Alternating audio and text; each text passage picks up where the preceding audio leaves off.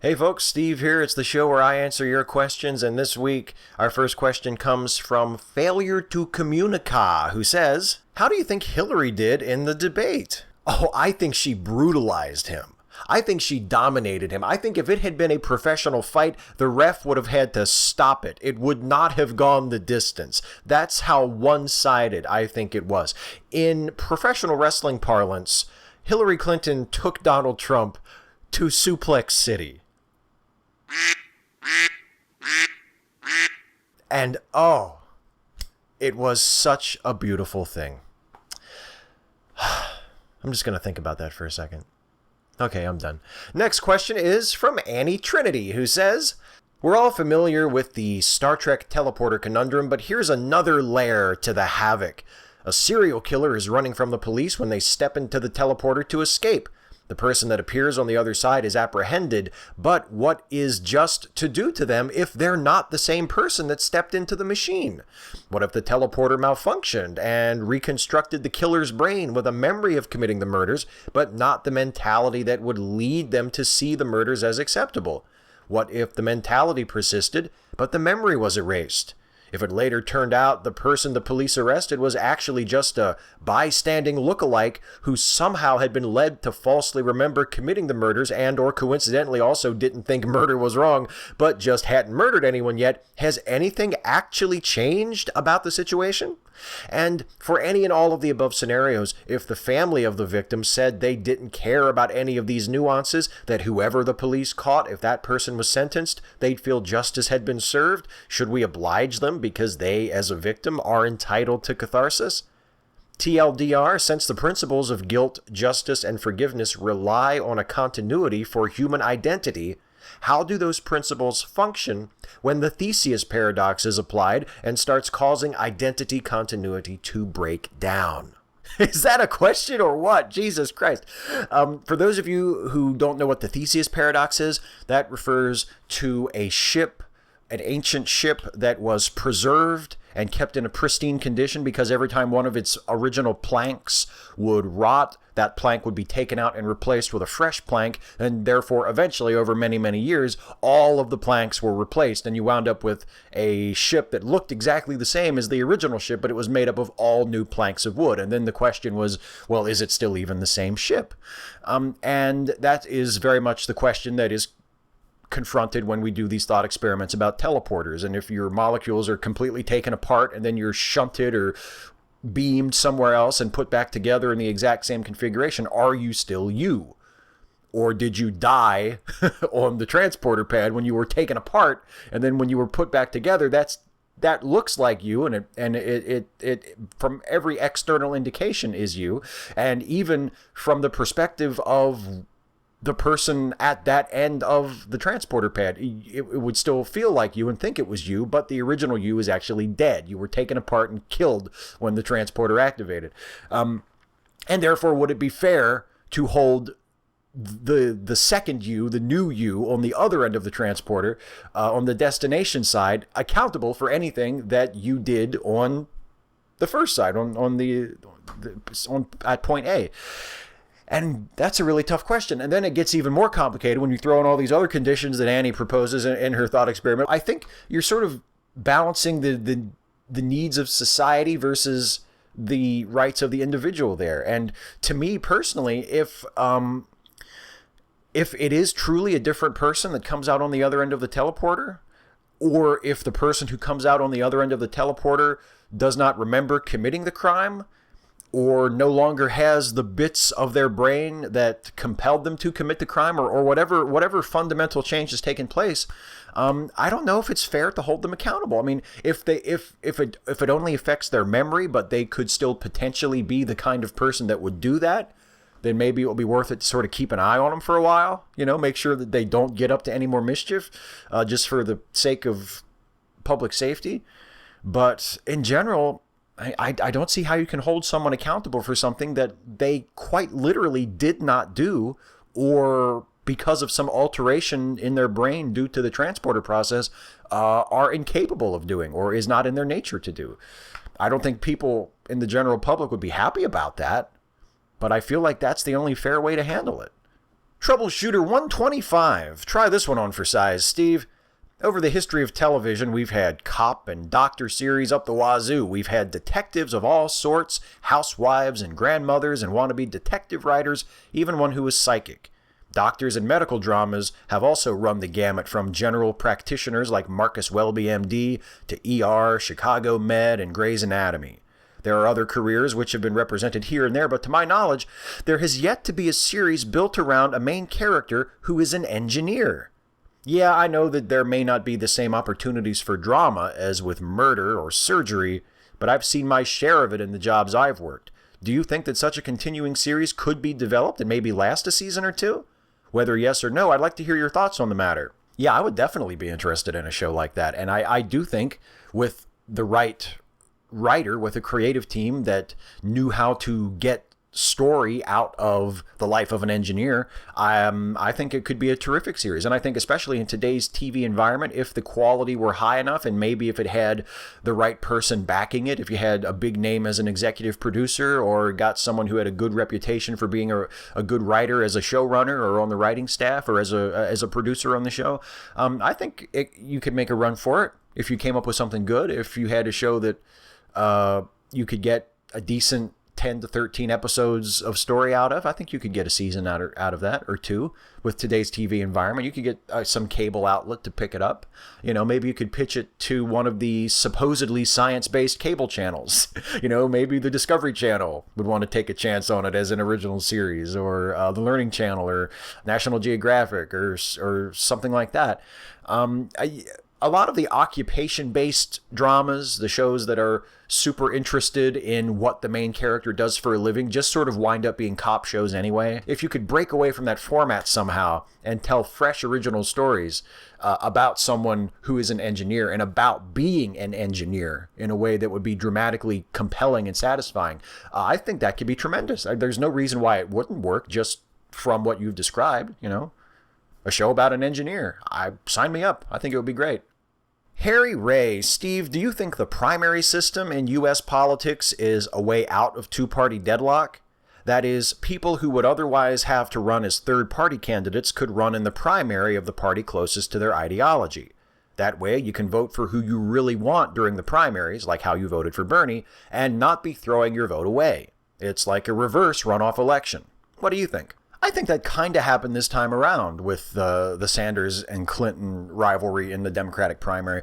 I think a lot of us Democrats would argue whether we voted for Bernie Sanders in the primary or whether we voted for Hillary Clinton in the primary or whether we voted for Martin O'Malley in the primary, all five of them. Sorry, Martin. I think most people would agree that Sanders' campaign made Hillary a better candidate and certainly improved Hillary's platform, the Democratic platform, going into the presidential general election this year. And ideally, that's what a primary should do. Ideally, a primary should work the way you describe it in your question. Everybody should vote for the candidate that they truly believe is the best candidate, the best representative of the party, the person who represents their values and their interests and has their priorities more so than anyone else. But for that to work, there has to be a wide field of equally strong but diverse candidates. And there also has to be an attitude among the voters where they are willing to sort of let go of other considerations and just vote honestly for the person that best represents them, and then let the chips fall where they may. That's kind of difficult to do because elections, as we all know, don't happen in a vacuum, and it's very difficult to avoid trying to vote strategically, even though, in theory, it should work the way you're saying, and everybody should just vote for who they think should win in the primary, not try to vote strategically. That comes later. That comes in the general election. If you can sort of shut all of that out of your mind, and you have a good slate of candidates to choose from, I think absolutely the primaries can work how you're saying they should work in your question. But it doesn't always work out that way. In Garward Shirase, you mentioned He-Man as being one of your most favorite cartoons from your childhood as an answer to my question. Looking back now, which of these 70s, 80s Saturday morning cartoons do you feel have aged the best? Which do you think have aged poorly? Also, the name is hard to pronounce, I know. Yes, and I apologize. I'm sure I butchered it saying it again just now. I truly apologize for not getting that pronunciation right. But yeah, I mean, it's hard for me to be objective because it is one of my very favorite things.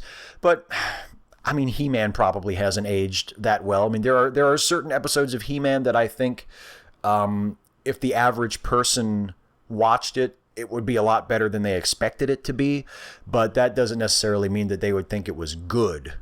And there are other shows too. I think most of those Filmation or like sort of cheap Hanna-Barbera cartoons that I grew up watching in the 80s and that people watched before me in the 70s, I don't think a lot of them aged terribly well. I'll tell you one that a really, really popular one that I just have a lot of difficulty enjoying today as an adult is Scooby-Doo. I just don't like Scooby-Doo when I watch it. I mean, I have like a nostalgia for it because I used to watch it as a kid. But when I've seen it, and I'm talking about the old stuff, not the new stuff that they still do, like, you know, direct-to-video movies of. I mean, like the old classic original Scooby-Doo. It's just not that good. It's just not that good. Which ones hold up? I don't know. I mean, Transformers, when I watched, which is weird because Transformers was like the biggest toy commercial ever. Like, it was the most overtly commercial that of all those cartoons. And yet when I watch Transformers today, the original Transformers cartoon from the 80s, it actually holds up pretty well. It actually wasn't written all that bad. And, you know, they would have like ongoing storylines, and they had even a little bit of character development. They had like some sophisticated stuff like dissension between the villains, you know, stuff that you didn't usually see at cartoons on that level, you know. So if we're going to grade it on like the sliding scale of 80s Saturday morning cartoons, I think probably the original Transformers holds up about as well as any of them do. Radical Bacon. So you talked about Jill Stein, but what about Gary Johnson? He understands that a president is not a dictator, so he's already 1,000 times better than Trump. Nearly all the conservative Republican friends I have are voting for him. I might even consider campaigning for him because fuck Trump, though I'm still voting for Clinton. As a liberal, as a Democrat, I would not vote for Gary Johnson in a million years unless the only other option was Donald Trump. You know what I mean? I don't think Johnson would make a good president. I don't think he is prepared. I don't think he is as fit to be president as Hillary Clinton. But of course, I disagree with him politically and ideologically on tons of stuff. But if I were a Republican, or for whatever reason, I did not feel that Hillary Clinton was an option for me, yeah, I would vote for Gary Johnson 1,000 times before I voted for Donald Trump once. And I would definitely try to steer my more conservative right-wing friends in that direction, because the worst I can say about Gary Johnson is he seems underprepared, and I disagree with him on a lot of stuff politically, but I would not fear for the future of the Republic. And I don't think that it would say anything terrible about us as a people if we elected someone like Gary Johnson to be president, other than maybe we're a little short-sighted and foolish. But it would not represent a full explicit embracing of our racism and misogyny and xenophobia as it would if Trump were to be elected. So yeah, a vote for Gary Johnson is a lot easier to swallow and a lot less morally perilous than a vote for Donald Trump, definitely. Dr. Babylon. Steve, would your opinion on LGBTQ rights change if you believed a person's sexuality or gender identity was a conscious choice? No, it would not. And I actually think that whole argument over whether, you know, it's a choice or it's just a part of human nature is a red herring, because I believe very firmly that it is not a choice. That if a person is gay or whatever their sexuality is, bisexual or asexual or pansexual or whatever, and whatever their gender identity is, whether they're cis or trans, whether they feel that they're male or female or they're non-binary or whatever they are, that's just the way they are. I feel that very strongly. And that is what everyone I know tells me who is of a different gender identity or a different sexuality than I am. And it makes sense because I didn't choose to be cisgender and I didn't choose to be heterosexual. I just was. That's just the way it works. But even if I didn't think that was the way it worked, even if I thought that gay people, for instance, are gay by choice, not as a result of their nature, I don't see why it should make any difference in the world. I don't see why it should be something that justifies limiting their rights or treating them differently or subjecting them to unjust or unfair treatment in the judicial system or making them subject to a different standard of law or any of the stuff that people try to put over on LGBTQ people. Whether they choose it or whether they don't choose it is irrelevant. Why should someone be punished? Why should someone be treated like a second-class citizen because they prefer to have sex with a member of their own sex? What's the justification for treating them differently? If someone was assigned a particular gender at birth and then they decide that they want to live as another gender than the one they were assigned, and that's totally a choice, what difference does it make? What is the justification for mistreating that person? What is the justification for depriving that person of rights that other people have? I think it's a total red herring. I don't think it matters. I don't think it's a choice, but I don't think it matters.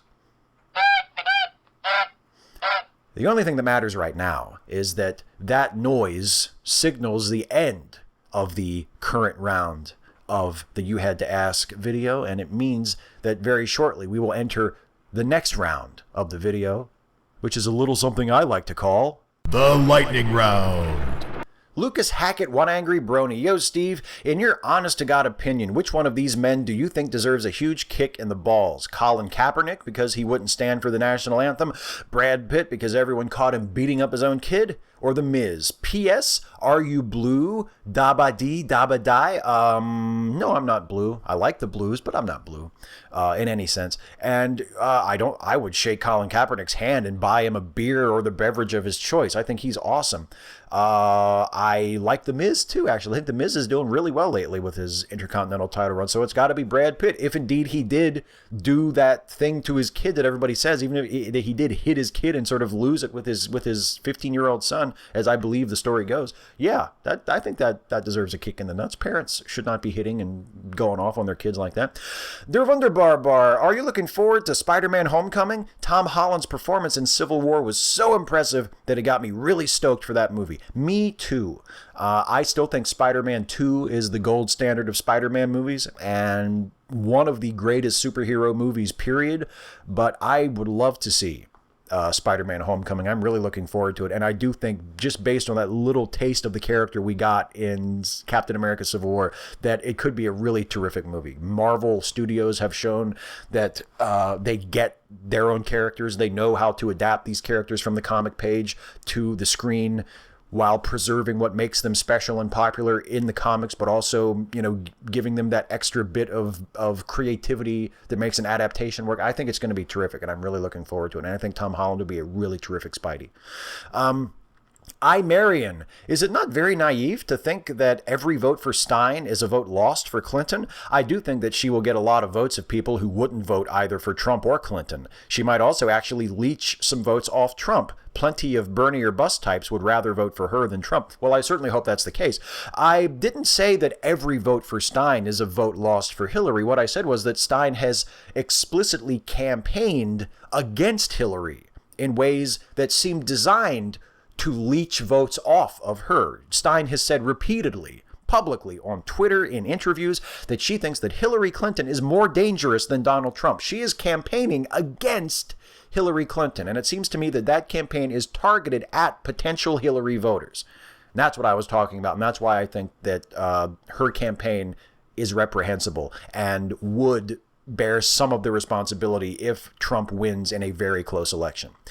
Geeky Sarah 28, what are your thoughts on the new YouTube Heroes project? I think it's a good idea. I think it's a nice concept. I hope it works out the way they want it to. I think encouraging a sense of positive community among YouTube users and content creators is great. I think encouraging people to enforce the community guidelines and flag videos that are abusive or against the rules is great. I hope that the guidelines are enforced properly, so that videos that are flagged that are in violation are sanctioned or taken down or whatever, and videos that are obviously falsely flagged are not just taken down because they got a lot of flags. As long as the enforcement is good, I think it's a great idea, and if it leads to a more positive, less abusive, less trollish YouTube environment, I think it's a wonderful thing. Joshua Purvis, hi Steve. My question is, what are some of your favorite childhood cartoons or movies? Thanks, I enjoy your videos. Well, thank you, Joshua. I always appreciate your questions and your kind words. Favorite cartoons I mentioned earlier in the video. I loved He-Man and the Masters of the Universe. That was so my favorite when I was a kid. As for movies, I remember when I first saw the Monster Squad. I thought the Monster Squad was a really cool movie when I was a kid. I liked Superman. I always loved the original Christopher Reeve Superman and the movies in that series. I loved,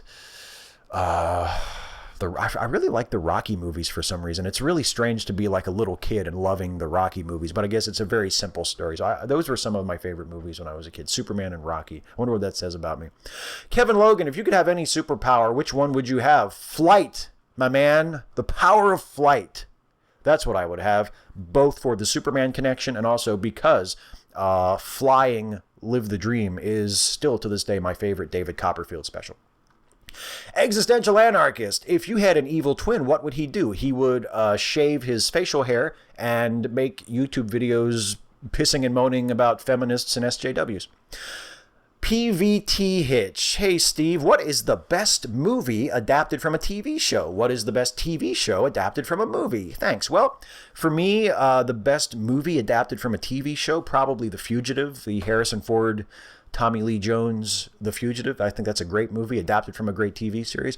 And what is the best TV show adapted from a movie? I would probably go Buffy the Vampire Slayer. I know a lot of people would go MASH, and I guess that would probably be like the popular winner. But I would go Buffy the Vampire Slayer, an awesome TV series adapted from a kind of lackluster movie. Marv Roberts, okay, Steve, absolutely serious question here. It's a question to which I've waited nearly a year for the answer. Will you be doing an MST3K parody of The Darkness and Tom Marcos this Halloween? Also, where can I purchase DVD copies of the aforementioned film for my friends and family? Sadly, no, I will not be doing a riff on The Darkness and Tom Marcos. I would have to clear that first with the director of the film and other members of the Neon Reel Company, and I've never even brought it up. So, and if I said that I would and then I didn't, I really apologize, Marv. I guess I forgot about it. But no, that's not coming. I am going to do another MST3K style riff video with Stuffy and the gang from the Steve and Stuffy videos on Thanksgiving, as I do every year, but I'm not doing anything like that for Halloween. And I'm not doing anything with The Darkness and Tom Marcos. And unfortunately, I don't think it's available to purchase anywhere right now. But I will talk to Matt about it, and if it ever becomes available for purchase, again, believe me, I will let everybody know, because I would love for more people to see that movie, because that was a lot of fun to do. Chris Hansen, hey Steve, what is your favorite song or songs from Hamilton? I love Yorktown so much, and It's Quiet Uptown always rips my damn heart out. Boy, It's Quiet Uptown is such a sad song. My favorite songs from Hamilton would probably be Wait For It, because Burr is my favorite character in the show, and that's sort of his big shining moment. That's his big number where he sings his heart out. And Satisfied, because I love Angelica. I think she's just an amazing character. And Satisfied, again, it's just a wrenching song, such a sad song, and a beautiful song. So those would probably be my two favorite songs from Hamilton, Wait For It and Satisfied. Danae Dennison, what does it say about politics that some of us are afraid of putting political signs in our yard or on our cars because the opposition acts like bullies and we don't want to be shot for taking a stand in public? Well, I think it says that the followers, the base of that side of the election, and I think most of those, I mean, I wouldn't like die of a heart attack if I found out that like a Hillary supporter had broken somebody's window or something, but in general, I don't think that side of our politics is defined by those tactics. But this year, especially with Trump, stirring up so much anger and resentment toward all these different groups of people among his voters, I think it testifies to the power of suggestion and to the impact that it has when a thug like Donald Trump is given such a prominent position in our politics, is allowed to rise to such a status. I think it's terrible. I actually thought about getting a Hillary Clinton bumper sticker or a Hillary Clinton sign to put in my window as well to show my support for that candidate this year. But, I live in Trump land. Like, I live in an incredibly conservative part of the country. And I don't know. Would somebody break my window? Would somebody fuck my shit up if they saw a Hillary sticker on it? I don't know. And you're right. It sucks. And it doesn't say anything very good about us. Nothing very good about us at all.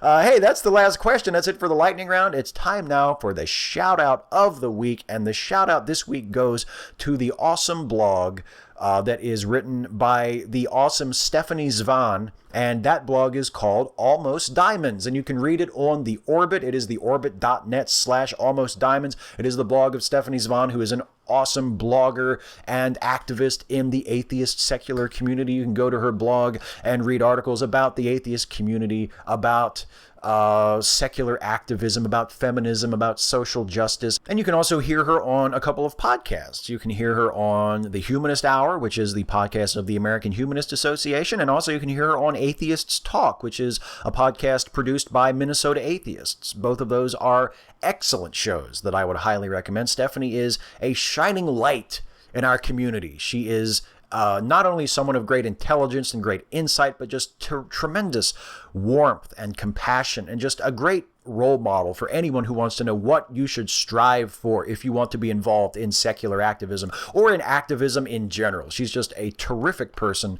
and a wonderful person to read and to listen to, and I am so grateful for her and everything that she does. And that is the shout out this week. Go check out Stephanie Zvan's blog, Almost Diamonds, on The Orbit. I also want to recommend, as I always do at this time, that you give a listen to the Lemme podcasts. This is a series of podcasts created by my very good friend Jason Harding, and the podcasts in the Lemme family are a wide variety of podcasts, a podcast for every taste, you might say, although it helps if you like movies. There's Let Me Finish, which is the original Let Me Listen podcast, which Jason co-hosts with Finite Atticus. There's American Monsters and How to Destroy Them, the hilarious improv comedy podcast. There is Filmtastic Voyage, which you haven't heard me mention before. That's because it is the rebranded relaunch of Cinema Shack, which was previously hosted on the Let Me Listen podcast family. It has been relaunched as Filmtastic Voyage, but it is still hosted by Mike and Alex, and it's still awesome. There's also Cinetific, which is a podcast that looks at the scientific validity of claims and presentations made in popular films. That's hosted by Professor Jason and Professor Aaron. And last but certainly not least, there is my favorite among the bunch, because it's the one that I'm on, and that is Late Seating, the movie podcast co-hosted by Jason and myself, where we look at a classic film, we give it a fresh look, we summarize it, we make fun of it, and then we decide for ourselves whether the movie deserves its reputation, whether that reputation is one of being a classic or one of being an infamous bomb. And in our new episode of Late Seating, we will be reviewing one of the classic films in the sports genre, a film that is often spoken of as being the greatest baseball film ever made. In honor of the end of the regular season and the start of the postseason in Major League Baseball, we're going to be reviewing one of the classic baseball films, Kevin Costner and Susan Sarandon and Tim Robbins starring in Bull Durham. So if you want to hear our review of Bull Durham, that episode goes up today, the same day that this video you're watching right now drops. You can listen to the new episode of Late Seating. You can listen to all the past episodes of Late Seating. You can listen to all the episodes of all of the excellent Lemme Listen podcasts by going to lemmelistenpodcast.com. And I really wish that you would, as a personal favor to me. Thank you so much. I know that you will. I feel like I can trust you when I ask you to do that. I know that you will, because we have a thing. We have a connection. I'm like Mr. Rogers, and you're like me as like a 5-year-old. When I was like, Mr. Rogers, he's talking to me. I'm talking to you. Go listen to the podcasts, please. You'll have a good time. Anyway, that's it for me, everybody. I am out of here. I want to remind you, as always, to please leave a comment on this video to ask me your question for next time. You can ask me anything about anything. Nothing is too serious, nothing is too silly, and I will answer as many of your questions as I possibly can in the next video. So until then, take care, everybody. Hey folks, one more thing as always, I hope you enjoyed this video. If you did, please like, share, and subscribe. And also, please consider helping me to make more videos like this one by supporting this channel through Patreon. You can go to patreon.com/Steve Shives to become a patron. Thanks for watching, and I'll see you next time.